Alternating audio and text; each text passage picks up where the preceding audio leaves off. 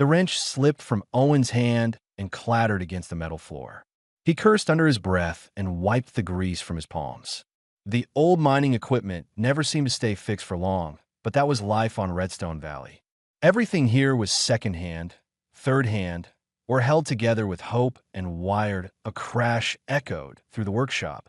Owen turned to find a small dragon hatchling tumbling through his doorway, wings flapping uselessly as the little creature struggled to stay upright. The dragon was no bigger than a large dog, scales gleaming bronze in the afternoon light. Owen recognized those scales immediately. "Pip." Owen set down his tools and moved toward the hatchling. "What are you doing here? Where's your mother?" The little dragon's eyes were wide with panic. Tears streamed down the scaled face as Pip rushed forward and grabbed Owen's sleeve with tiny claws that barely pricked through the fabric. "Please, please, you have to come," Pip gasped in broken galactic common. "Mommy's sick. She needs you. She keeps saying your name." Owen's stomach dropped. He knelt down to the hatchling's level and put his hands on the small, shaking shoulders. "Slow down, Pip. Tell me what happened." "She fall down this morning," Pip sobbed. "She not wake up. Healers come and look, but they say nothing can help. They say she dying." The little dragon's voice broke on the last word. "But Mommy keep whispering for Owen. For you. Please, you save her before. You save her from rocks. You can save her now." Owen felt his chest tighten. 3 years ago, he had pulled Sarah from a collapsed mine shaft. Everyone else had given up after the first hour, saying it was impossible to reach her. But Owen had spent 14 hours digging through rock and debris with his bare hands when the equipment failed. He could still remember the moment he finally saw her trapped wing, still recall the relief in her eyes when she realized someone had actually come for her. After that day, Sarah had visited him regularly. She brought Pip along, letting the curious hatchling learn human words and hear stories about Earth. Owen had shared tales of forests and oceans, of cities that touched the sky. Pip would sit for hours listening with wonder in those bright young eyes. Dragons were proud creatures. They rarely asked anyone for help, let alone humans. The fact that Pip was here, begging like this, meant things were truly desperate. "Where is she?" Owen asked. "Nesting grounds. In the deep caves." Pip tugged at his sleeve harder. "Please hurry. I scared she not wake up again." Owen stood and moved quickly to the back of his workshop. He pulled down an old military medical kit from the shelf, the one he swore he would never need again after retiring. The box was dusty, but the supplies inside were still good. He had made sure of that, checking them every few months out of habit. "Let's go," he said. Pip's whole body sagged with relief. The little dragon turned and scampered toward the door, then looked back to make sure Owen was following. They left the workshop behind and headed into the wilderness beyond the colony settlement. The terrain grew rougher as they traveled. Redstone Valley earned its name from the deep red rocks that jutted from the ground like broken teeth. Pip navigated between them with practiced ease, but the hatchling was small and grew tired quickly. "I'm sorry," Pip panted after an hour of travel. "I'm not big enough to carry you like grown dragons. You have to walk." "Don't apologize," Owen said. He reached down and scooped the exhausted hatchling into his arms. "I've walked farther than this. Save your energy." Pip curled against his chest, small claws gripping his shirt. "You really think you can help Mommy?" Owen wanted to promise everything would be fine. He wanted to tell this frightened child that Sarah would be perfectly healthy. But he had learned long ago not to make promises he might not be able to keep. "I'll do everything I can," he said instead. "Your mother is strong. She survived being buried alive. She can survive this too. She told me about that day," Pip said quietly. "She said all the other people left. But you stayed. You digged and digged until you found her." The little dragon looked up at him. "She said humans never leave people behind. That what makes you different from everyone else in Galaxy." Owen's throat felt tight. He remembered his old squad, remembered the oath they all took. Leave no one behind. Most of his unit had died keeping that promise. He was one of the few who made it out of the war alive, and some days he still wondered why he deserved to survive when better people had not. They climbed higher into the hills. Other dragons appeared in the sky, circling overhead. They watched Owen with suspicious eyes, but did not interfere. A human walking into dragon territory was unusual, but Pip's obvious distress seemed to grant him safe passage. The entrance to the nesting caves appeared ahead, a massive opening in the mountainside. More dragons gathered near it, their large forms casting long shadows. An enormous male dragon with silver scales stepped forward, blocking the path. "You brought a human here?" the dragon said in a deep rumbling voice. "Elder Roth," Pip said quickly. "This is Owen. He saved Mommy before. She asking for him." Roth studied Owen with ancient eyes.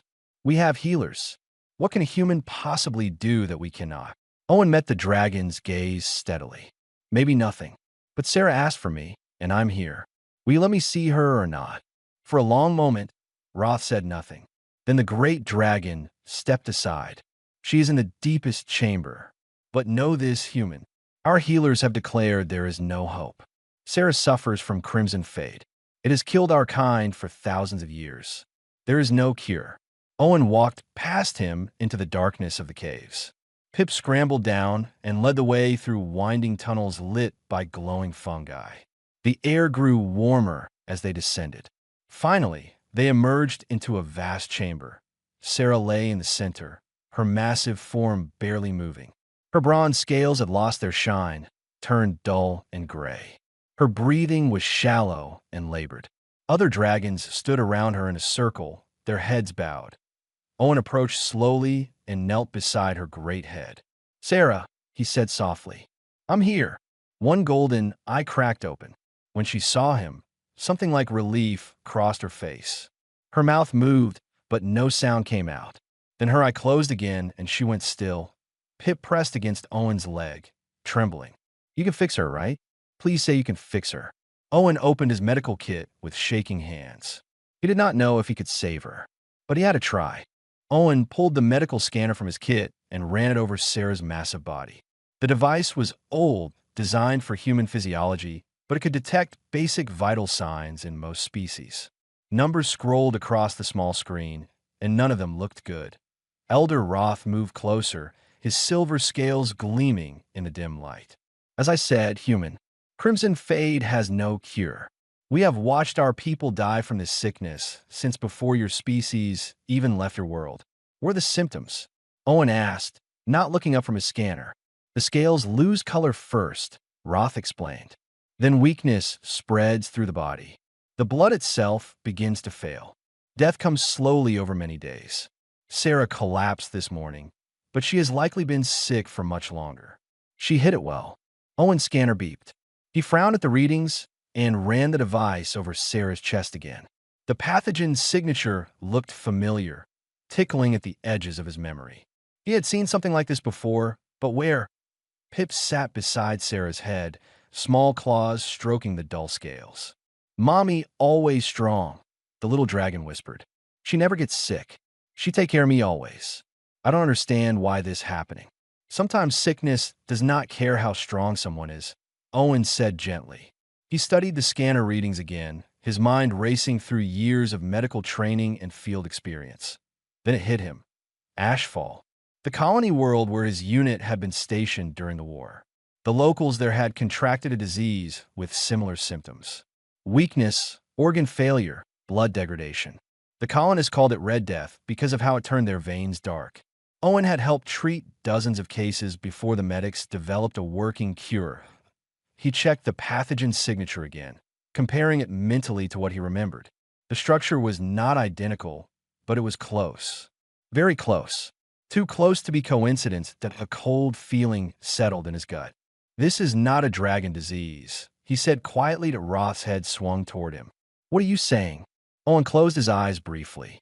"Crimson fade. How long has your species suffered from it?" "Thousands of years, as I said." "No." Owen shook his head. "When did it actually start? Not legends or old stories. When is the first verified case you have records of?" Roth was silent for a long moment.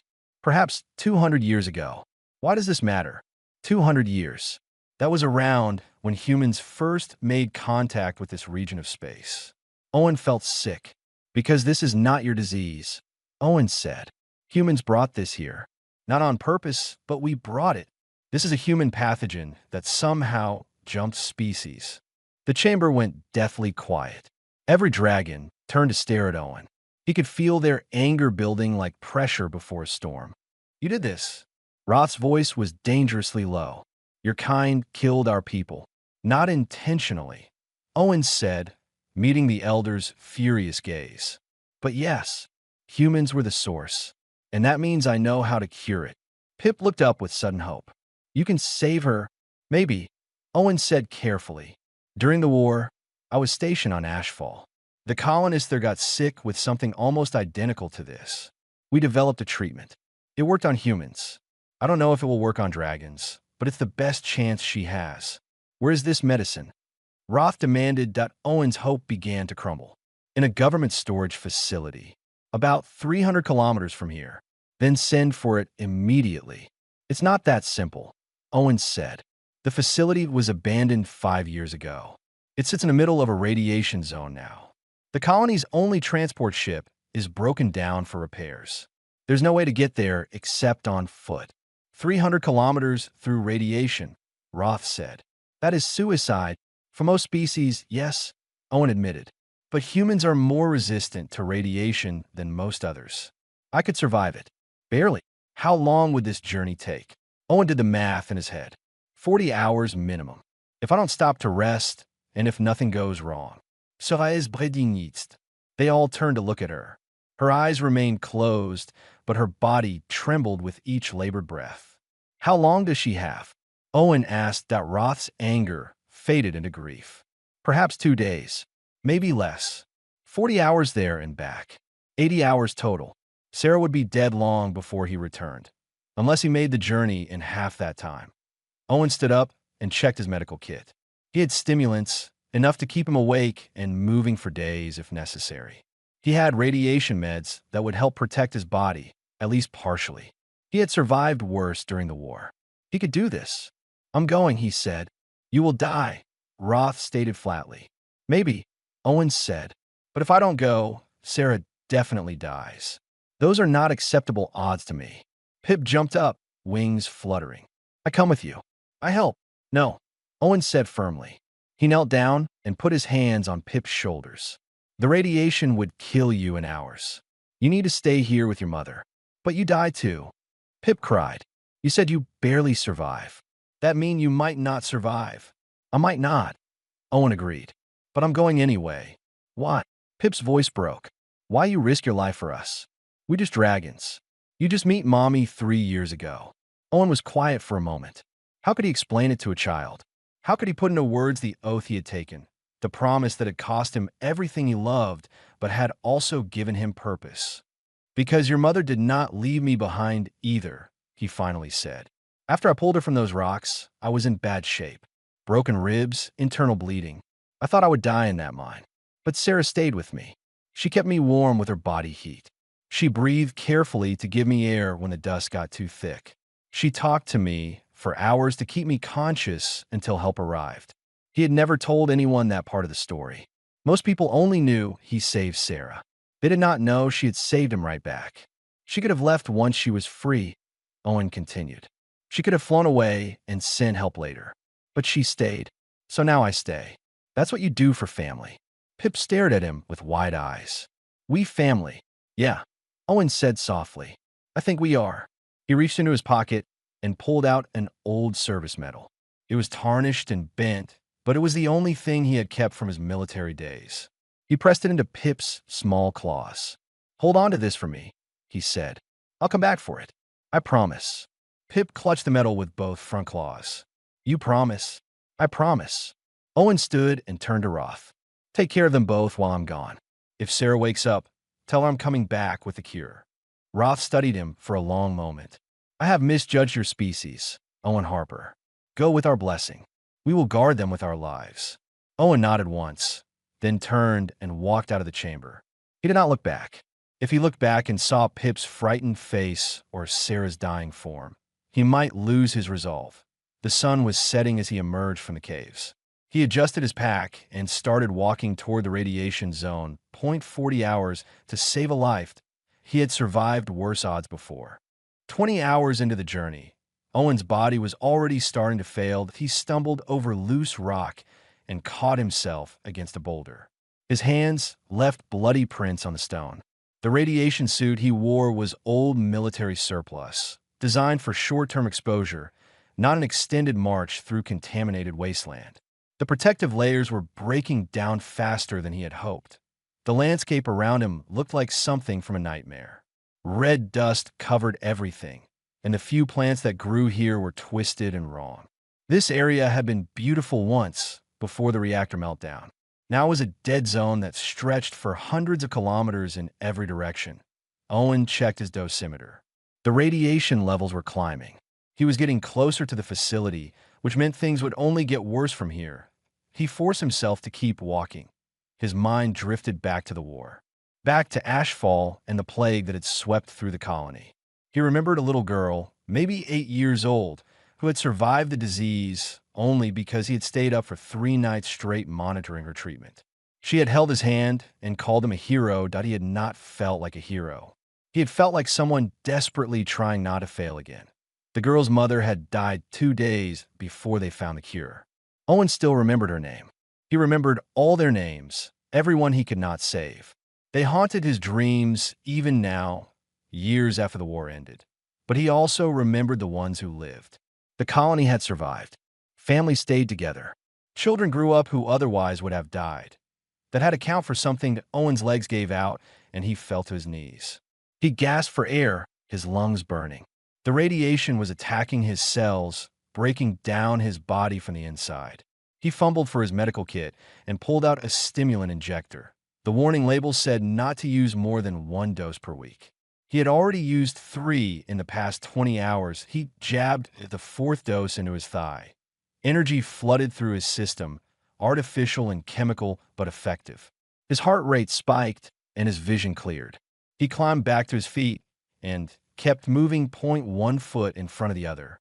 That was all he had to focus on. 1 step, then another, then another. Back in the dragon caves, Pip refused to leave Sarah's side. The little dragon had not eaten or slept since Owen left. Elder Roth tried to coax the hatchling away, but Pip just clutched Owen's metal tighter and shook his head. "Mommy needs me," Pip said, "and Owen needs someone to believe he's coming back." Sarah's condition had worsened through the night. Her breathing was so shallow now that sometimes it seemed to stop altogether. The healers checked on her regularly, but there was nothing they could do except wait. In her few conscious moments, Sarah whispered Owen's name. "He went to get medicine," Pip told her during one of these moments. "He said he's coming back. He promised." Sarah's eye opened slightly. She looked at her child, and something like peace crossed her face. Then she slipped back into unconsciousness. The other young dragons came to sit with Pip. They did not understand why their friend cared so much about a human, but they stayed anyway. That was what friends did. Owen reached the facility at the 30-hour mark. He had made better time than expected, but it had cost him. Blood ran from his nose, and his hands shook so badly he could barely grip his scanner. His skin felt like it was on fire. The building loomed ahead, half collapsed and overgrown with mutated plants. The main entrance was blocked by rubble, but Owen found a side door hanging open. He squeezed through and entered the darkness beyond. His flashlight flickered. The batteries were dying. Of course they were. Nothing was going right except the fact that he was still alive and moving. He navigated through the corridors by memory. He had been stationed here briefly during the war, long before the meltdown. The layout was burned into his brain from dozens of supply runs. Left at the intersection, down 2 flights of stairs, past the armory, through the medical wing. The storage room door was sealed. Owen pulled out a plasma cutter and went to work on the lock. His hand was shaking so badly that it took 3 tries to get the angle right. The lock finally gave way with a shower of sparks. The door swung open. Owen stepped inside and swept his flashlight across rows of storage containers. Each one was labeled with medical codes and dates. He moved quickly down the aisles, searching for the right designation. There, Container M847, Ashfall Plague Treatment, Batch 7. He pulled the container down and opened it. Inside were dozens of vials, each one holding the medicine that had saved so many lives on Ashfall. But the preservation unit was failing. The indicator light blinked red.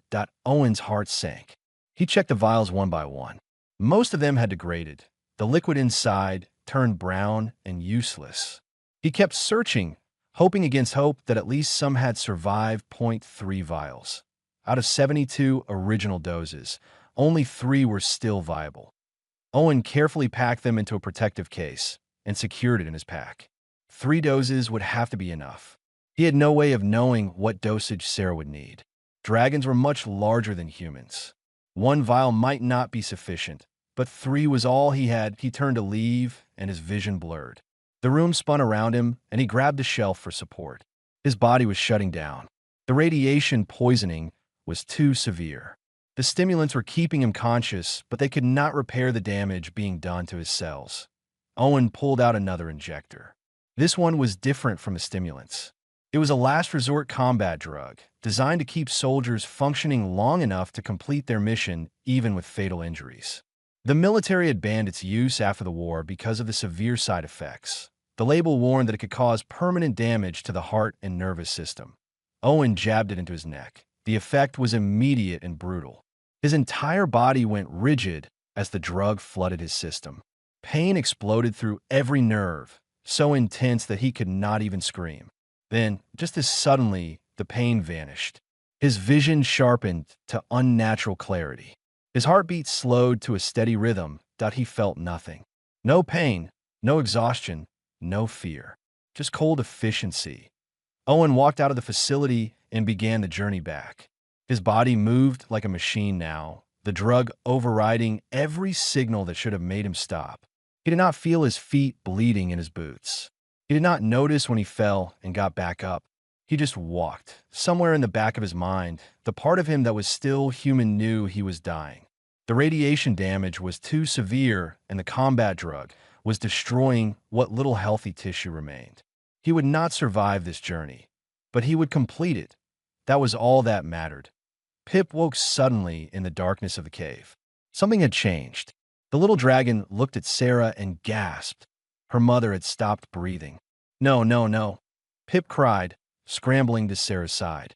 "Mommy, please wake up. Please. Owen's coming back. He's bringing medicine. You have to wait for him." Healers rushed over. They examined Sarah and exchanged grim looks. "I am sorry, little one of them said gently. "She is gone." "No," Pip shouted. "She not gone. She just sleeping. Owen will fix her when he gets back." He promised. Elder Roth entered the chamber. He had been keeping watch at the cave entrance. His face was grave. "There is something you should see," he said. The dragons moved outside. Dawn was breaking over the hills, painting the sky in shades of orange and red. A figure was walking toward them across the wasteland. Even from a distance, they could see the person was in bad shape. The walk was unsteady, mechanical, but they kept coming, step after painful step. Pip's eyes went wide. Owen, the little dragon, launched into the air, wings beating frantically. Other dragons followed, flying out to meet the approaching human. They found him collapsed 2 kilometers from the caves, face down in the dirt. His hands were still clutching a small case against his chest. The adult dragons lifted Owen's broken body carefully and flew him back to the caves. Pip circled around them, crying out Owen's name over and over. The human did not respond. His eyes were closed and blood covered his face. They laid him on the cave floor near Sarah's still form. The healers rushed to examine him, but even they fell back in shock when they saw the extent of his injuries. "This should not be possible," one healer whispered. "No one survives this level of radiation poisoning. How is he still alive?" "Barely alive," another corrected. "Look at his cellular degradation. His organs are failing. He will be dead within the hour." Pip threw himself at Owen's chest, pressing an ear against the human's ribs. The heartbeat was there, faint and irregular, but there. The little dragon looked at the case, still clutched in Owen's hands, and carefully pried it free. Inside were 3 vials filled with clear liquid. "The medicine," Pip breathed. "He got it. He really got it." Elder Roth landed beside them. His expression was grim as he looked between Owen and Sarah. Both dying. The medicine came too late.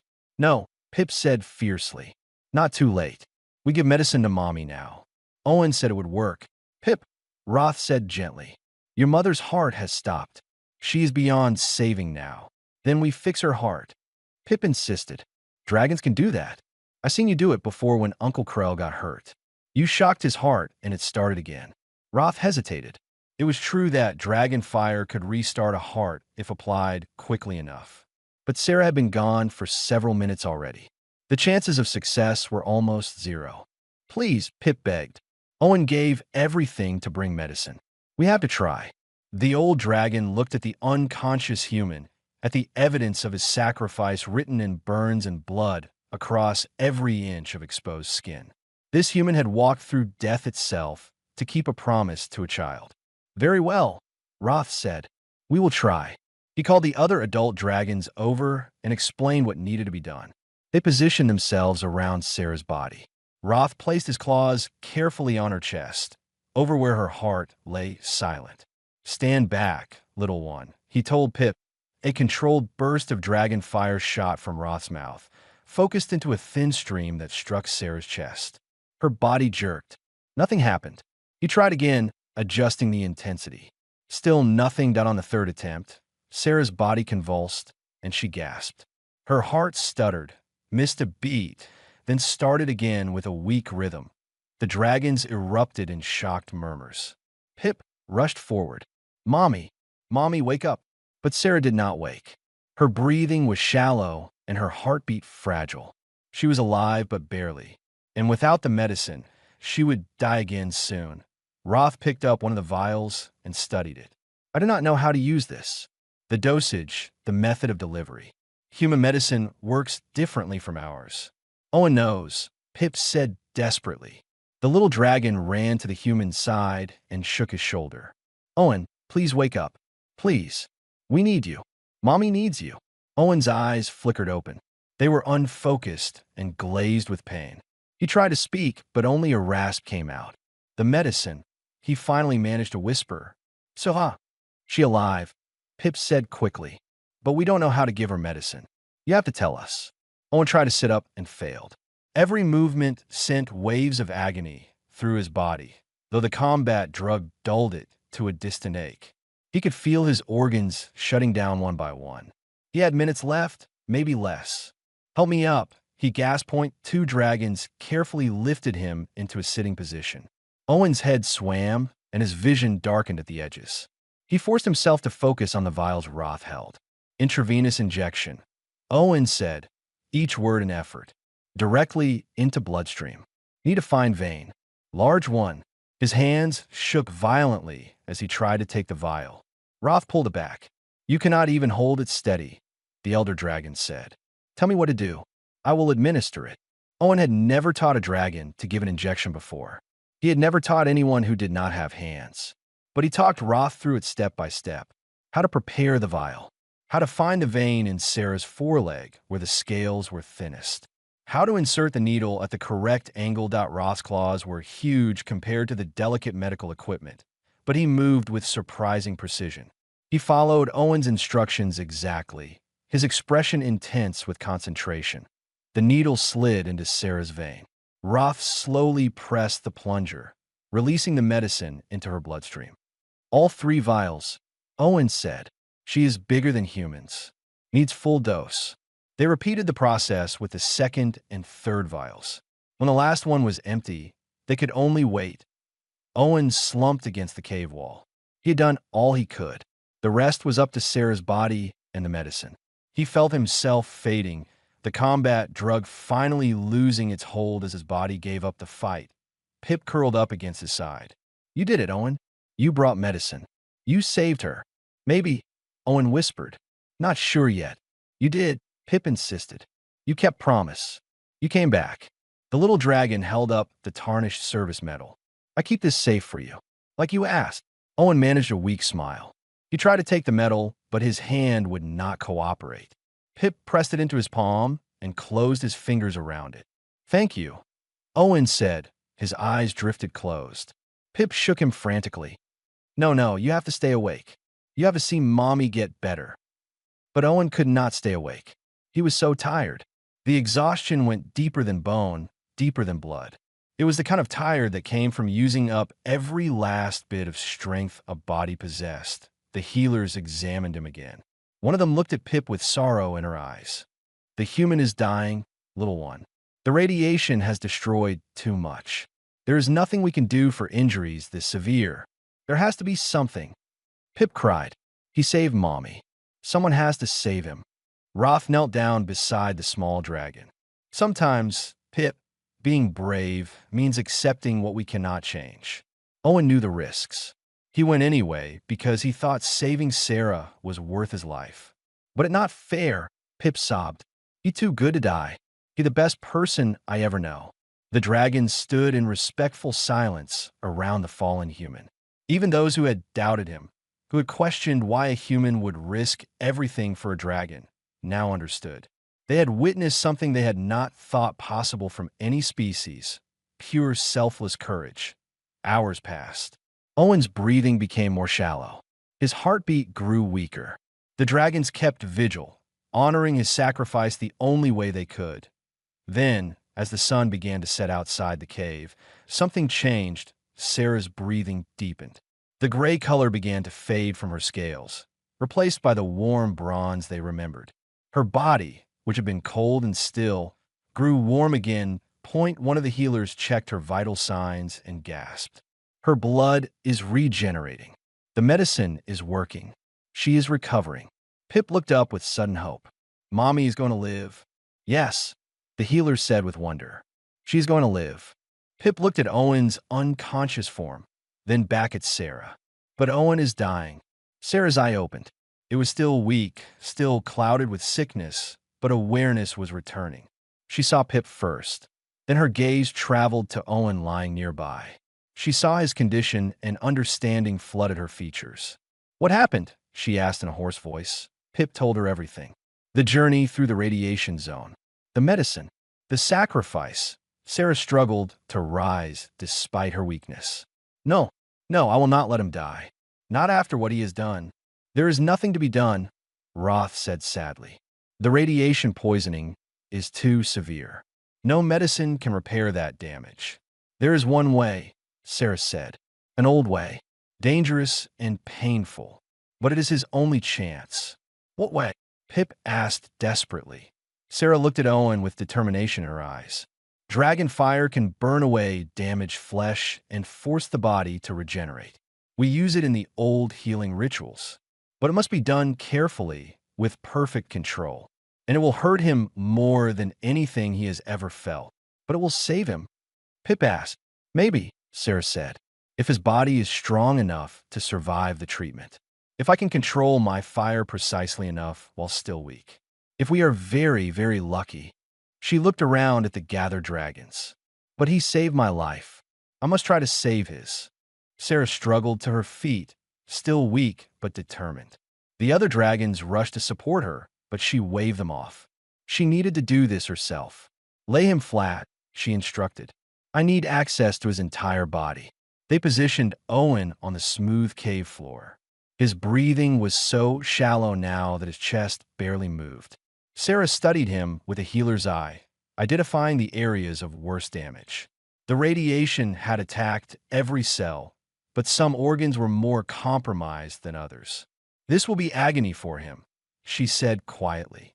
Dragon fire burning away flesh is not meant for human bodies, but it is the only way to force his cells to regenerate clean. The damaged tissue must be destroyed so healthy tissue can grow. Will he survive? Pip asked in a small voice. I do not know, Sarah admitted, but I know he will die if I do nothing. So I must try. Elder Roth stepped forward. You are still weak yourself, Sarah. Your fire control may not be precise enough. One mistake could kill him. Then I will not make a mistake, Sarah said firmly. She lowered her great head near Owen's chest and took a deep breath. The other dragons moved back, giving her room to work. Pip stayed close, clutching Owen's service medal like a lifeline. Sarah released a thin stream of fire, so controlled that it was barely more than a thread of flame. It touched Owen's chest, and his body jerked. His eyes snapped open, and a scream tore from his throat. The sound was horrible, raw, and broken. It was the sound of agony beyond words. Hold him still, Sarah commanded, tears streaming down her face even as she continued the treatment. He must not move, or I could burn something vital. Several dragons pinned Owen's arms and legs gently but firmly. He thrashed against them, every instinct screaming to escape the pain. But they held him as Sarah's fire slowly, carefully burned away the radiation-poisoned tissue. She worked inch by inch across his body. Every patch of damaged skin was treated with precise fire. The smell of burning flesh filled the cave. Owen's screams eventually faded to hoarse gasps as his voice gave out, but his eyes remained wide with suffering.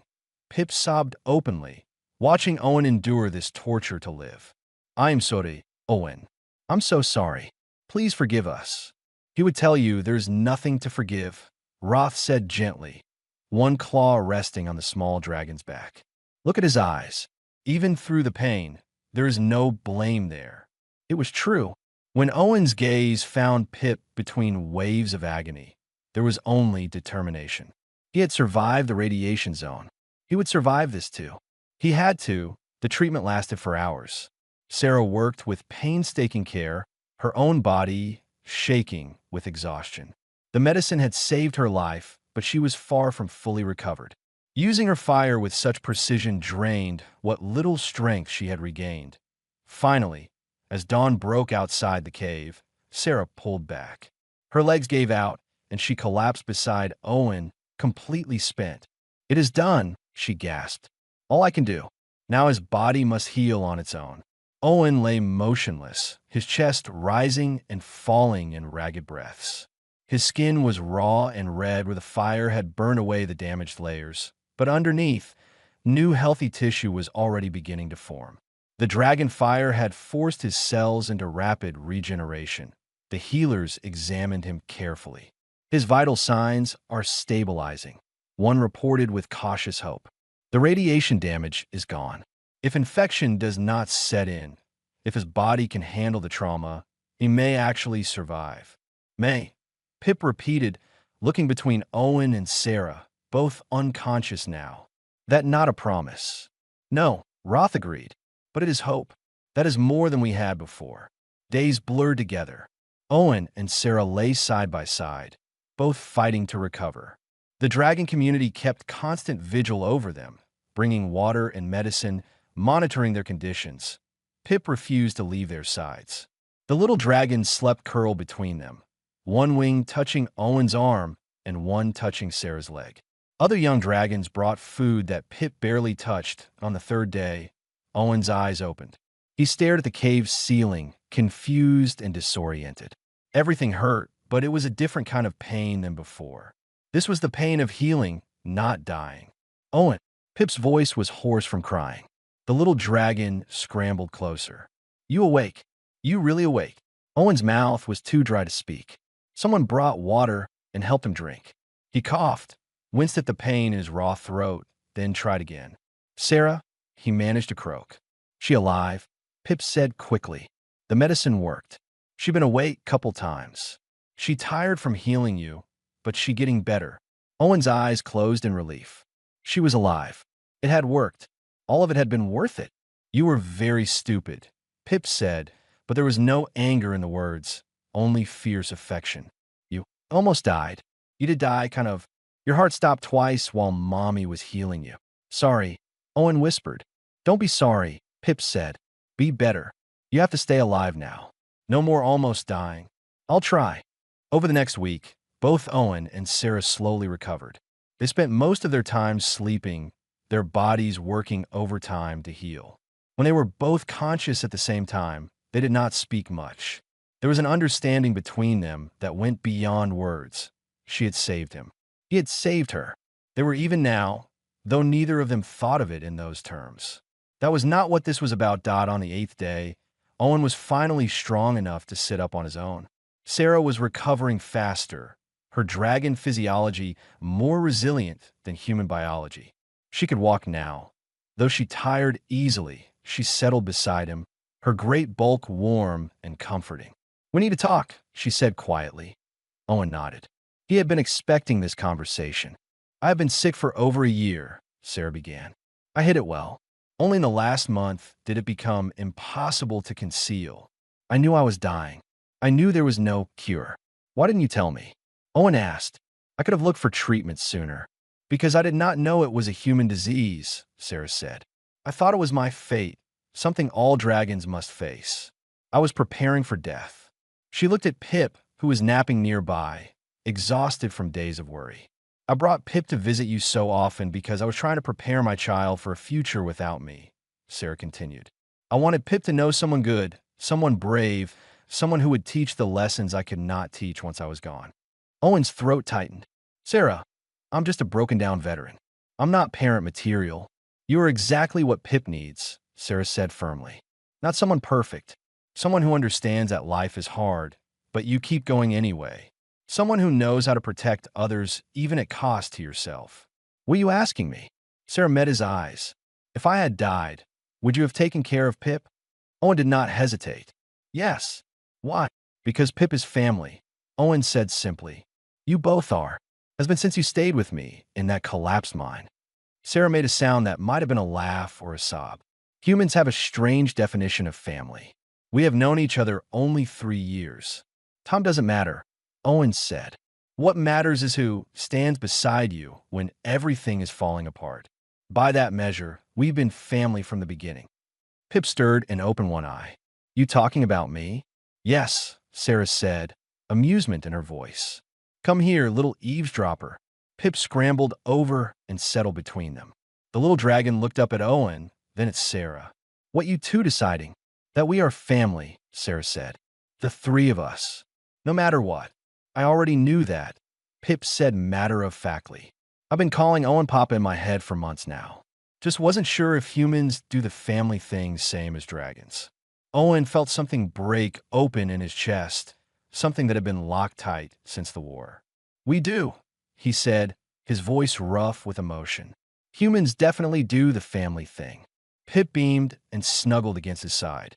Good, because I'm not letting either of you go anywhere ever again. We staying together. Together, Sarah agreed, resting her head near them. Together, Owen echoed. Outside the cave, Elder Roth smiled. 3 weeks after Owen nearly died, he was finally strong enough to walk back to his workshop. Pip insisted on coming along, flying in wobbly circles overhead. The little dragon was still learning to fly properly and crashed into a bush at least twice during the short journey. Sarah followed at a distance, recovered enough to fly, but still taking things slow. She landed on a ridge nearby and watched as Owen surveyed the damage to his workshop. The equipment he had been repairing was covered in dust. Everything looked exactly as he had left it that desperate day when Pip came running for help that it felt like a lifetime ago. You gonna fix that? Pip asked, pointing at the mining equipment. Eventually, Owen said, First I need to fix myself some proper meals. I'm tired of cave food. Cave food is good, Pip protested.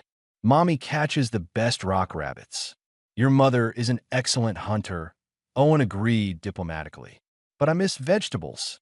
He started cleaning up the workshop, moving slowly to accommodate his still healing body. Pip helped by carrying small tools and claws that were growing stronger every day. They worked in comfortable silence, the kind that only exists between people who know each other well. Sarah eventually joined them, folding her wings and settling in the doorway. She watched Owen work with a thoughtful expression. You could come live with us in the caves, she said. There is plenty of room. Pip would like having you close. I would, Pip confirmed enthusiastically. Then we could play every day, and I could show you my rock collection, and you could teach me more human words. Owen smiled.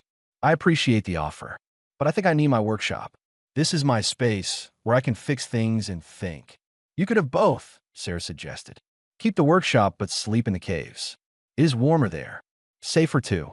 Owen considered this. His small quarters attached to the workshop were drafty and lonely. He had spent too many nights there staring at the ceiling, remembering everyone he had lost. The caves, filled with dragon warmth and Pip's chatter, sounded infinitely better. Maybe we compromise, he said. I stay here during the day to work, but evenings I come to the caves. Would that be acceptable? Pip launched into the air and crashed into Owen's chest, hugging him with small claws and wings. Yes, yes, yes. That means you there for bedtime stories. Owen caught the enthusiastic dragon and laughed. The sound surprised him. He had not laughed like that in years, open and genuine. Over the following weeks, a new routine developed. Owen worked in his workshop during the day, repairing equipment and taking on jobs from other colonists. Word had spread about what he did for Sarah, and suddenly everyone wanted the human who walked through radiation to keep a promise. He did not advertise the story, but Pip had no such reservations. The little dragon told everyone who would listen about Owen's bravery. The tale grew more elaborate with each telling. And then Papa walked through fire and fought off radiation monsters and carried the medicine all the way back while bleeding from his eyes. Pip would say dramatically, "I don't think that's exactly how it happened." Owen would correct gently. "Was too." Pip insisted. "You just don't remember because you were being too heroic." The dragon community's attitude toward humans began to change. They saw how Sarah and Pip thrived with Owen as part of their family. They saw how he integrated into their community without trying to change them or make them more human. He learned dragon customs, respected dragon traditions, and treated everyone with quiet dignity. Elder Roth came to visit the workshop one afternoon. He found Owen teaching Pip about basic mechanics using spare parts from broken equipment. "If you turn the gear this way," Owen was explaining, "it connects to this one and creates motion." "See?" Pip turned the gear and squeaked with delight as the mechanism moved. "It like magic, but with metal." "Engineering," Owen corrected. "But close enough." Roth cleared his throat.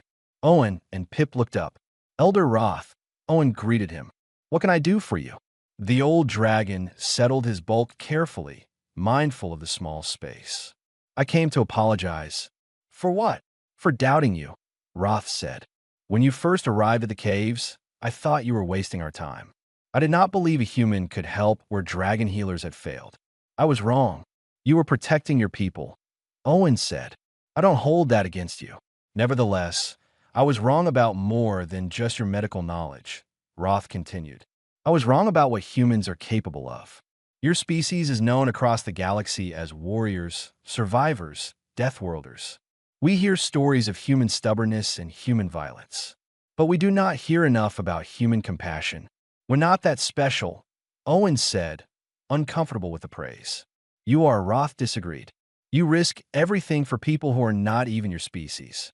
You adopt our children into your hearts. You keep promises even when keeping them might kill you. These are not common traits in the galaxy." Pip climbed onto Owen's shoulder. "Papa is the best human. Everyone knows that." "Perhaps," Roth said with amusement. "But I think Owen represents something important about his species, something the rest of us need to understand better." He stood to leave, then paused. "The Colony Council is meeting next week. We are discussing integration between dragon and human communities, better cooperation, shared resources.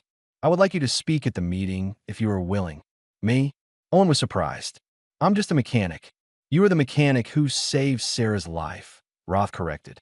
"You are the human who proved that our two species can be family. Your voice matters." After the elder left, Pip looked up at Owen with huge eyes. "You going to talk to the whole council?" "That's very important."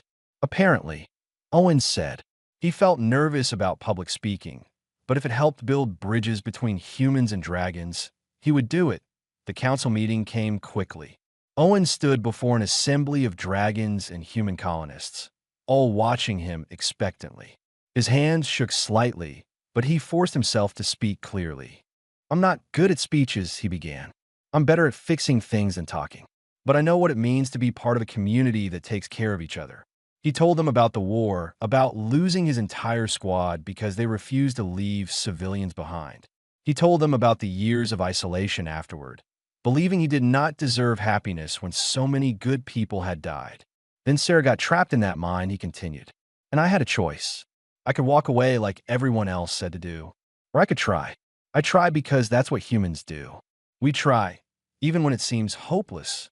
He looked at Sarah and Pip sitting in the front. "But Sarah tried too. She stayed with me when she could have left. She taught Pip to see past species and just see people. That's not a human trait or a dragon trait. That's what good people do, regardless of what they look like." He addressed the whole assembly. We can build something here. A community where humans and dragons don't just tolerate each other, but actually family to each other. It won't be easy. We're different in a lot of ways. But difference doesn't have to mean division. The room was quiet when he finished. Then Sarah stood and bowed her head in a gesture of deep respect. Other dragons followed. The human colonists stood and applauded. From that day forward, things began to change on Redstone Valley. Humans and dragons started working together on projects. Dragon Young attended human schools to learn reading and math. Human children visited dragon caves to learn about flight and fire control. IT was not perfect. There were misunderstandings and occasional conflicts. But there was also genuine effort on both sides to build something better. 6 months after Owen nearly died, Pip finally mastered sustained flight. The little dragon soared through the sky, calling down to Owen and Sarah, who watched from below. Look, look, I'm doing it. I'm really flying. Owen shaded his eyes against the sun, grinning. I see you. That's amazing, Pip. Sarah leaned against Owen's shoulder, her wing draped over him like a warm blanket. They had developed these casual touches over the months, small gestures of affection that meant everything. Thank you, Sarah said quietly. For what? For giving Pip a future, she said. For giving me a future. For showing both of us that family doesn't have to look like what we expected. Owen watched Pip perform a loop in the air, the little dragon's joy visible in every movement. I think you gave me more than I gave you. I was just existing before, going through motions. You two made me want to actually live again. Then we are even, Sarah said. More than even, Owen corrected. We're family. That's worth more than any debt. Pip finally landed, crashing more than settling, but beaming with pride. Did you see? Did you see how high I went? We saw, Sarah assured her child. You were magnificent. Papa, will you teach me more human words tonight? I want to learn all of them. All of them might take a while, Owen laughed. But we can start with a few more. They walked back toward the caves together as the sun began to set. Pip chattered about everything the little dragon wanted to learn. Sarah hummed a traditional dragon song. Owen listened to both with a contentment he had never thought he would feel again. Other colonists watched them pass. The human veteran, the dragon mother, and the hatchling who brought them together. They had become a symbol of what was possible when people chose compassion over fear, family over isolation. In the cave that night, after Pip fell asleep curled between them, Sarah spoke softly. Do you ever regret it? The radiation poisoning, the pain, all of it. Owen thought about the question seriously. His body still bore scars from that journey. He would probably always have some lingering effects from the radiation exposure and the brutal healing process. No, he said finally. I don't regret it. Before I met you both, I was alive, but I wasn't living. I had survived the war, but I hadn't found a reason to keep going beyond just existing. You gave me that reason. We are just one dragon and one hatchling, Sarah said. Is that enough reason? You are everything, Owen said simply. You are my family. That's all the reason anyone needs. Sarah rested her head near his, her breathing steady and peaceful. Outside, the stars shone over Redstone Valley, watching over a community learning that the strength of humanity was not in their weapons or their technology. It was in their capacity to love across any boundary, to build family from friendship, and to sacrifice everything for those they chose to protect. And in a warm cave filled with dragon fire and human hope, 3 beings of different species slept peacefully, bound together by something stronger than blood. They were family, and that was everything.